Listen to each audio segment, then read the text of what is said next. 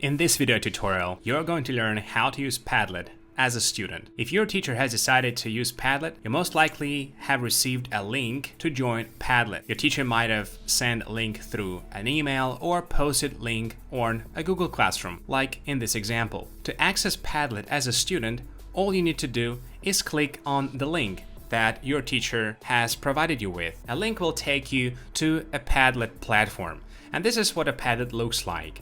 It's a wall with several posts and questions that your teacher wants you to answer and engage with. A post normally consists of a title, description, and sometimes a teacher may decide to post some complementary media. In this case, there are two posts that include video clips, and your teacher instructs you to first watch the clip and then comment on it. To comment on the post, read the instructions carefully, and once you're ready to respond, click on the speech bubble in the bottom right corner. Type up your comment and click on the arrow sign. Once you've posted your comment, it will be viewable by your classmates and your teacher. You might have noticed that your name hasn't been registered and your comment has no author. It is anonymous. For your teacher to be able to see the author of the comment, it's important to have an account with Padlet.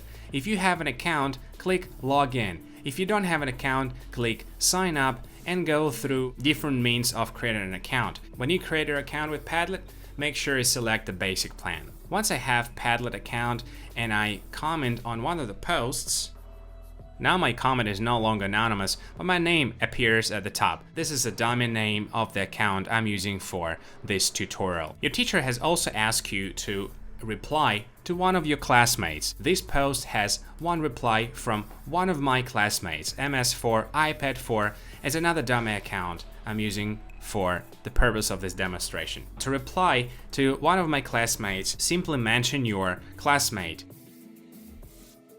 Now we have one response to one of our classmates. This is how you comment on posts and reply to your classmate's post.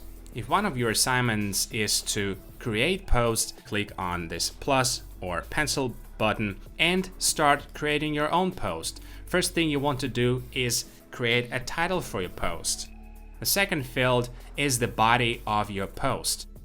You can upload files from your computer, which will be embedded in your post, much like your teacher has embedded video clips in their post. You can also link a resource from the internet, use Google search to find videos or images. If your computer has a webcam, you can also use it to embed media into your post, or you can use other features to create media for your post. Once your post is finalized and published, it is now visible to your classmates and your teacher, and they can also comment on your post. If your teacher enables a feature of rating, you can also rate each post. To rate a post, click on rating and then assign a corresponding rating. It's important to remember that if your teacher has used Google Classroom assignment for your Padlet assignment, it's important to let your teacher know that you are finished.